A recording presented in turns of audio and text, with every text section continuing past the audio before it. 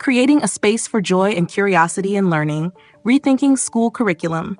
If education is meant to ignite curiosity and inspire a lifelong love of learning, then why do so many students associate school with stress, pressure, and monotony?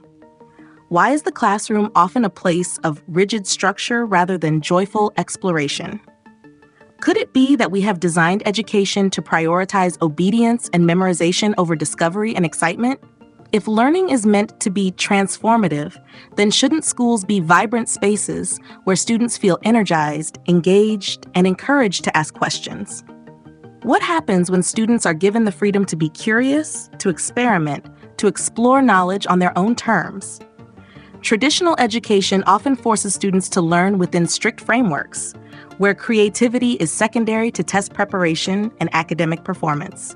But what if curiosity itself was treated as an essential skill, one that leads to deeper engagement, stronger critical thinking, and an intrinsic desire to learn?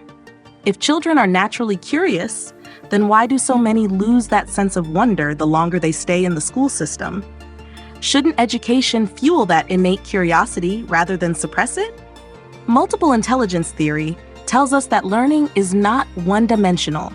Some students engage best through hands-on experiences, some through storytelling, some through music, movement, or collaboration. But how often do classrooms limit learning to rigid instruction, rather than embracing the many ways students connect with knowledge? A student with musical intelligence may better understand history through rhythms, patterns, and lyrical storytelling, while a student with spatial intelligence may grasp complex math concepts through visual design and artistic expression.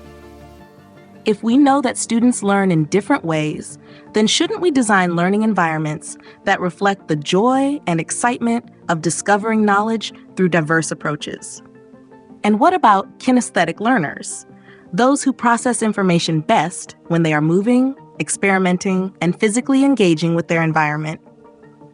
How many students are labeled as disruptive or inattentive, when in reality, they simply need a more dynamic and interactive way of learning? What if classrooms were designed to be flexible, movement-friendly, and full of interactive learning experiences, rather than spaces where students are expected to sit still and listen passively?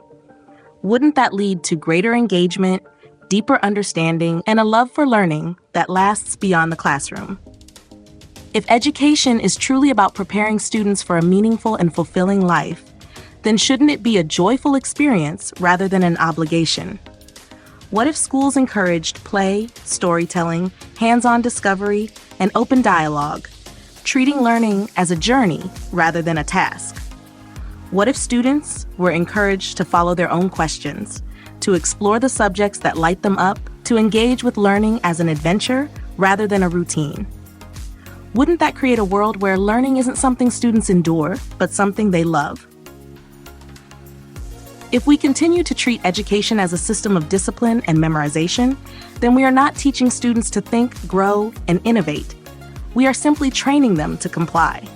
But if we redesign learning spaces to prioritize curiosity, joy, and creativity, then we must ask, are we finally making education an experience of excitement and wonder? Or are we still stifling the very thing that makes learning meaningful? Because if we fail to cultivate joy in learning, we are not just failing students. We are failing to inspire the very minds that will shape the future.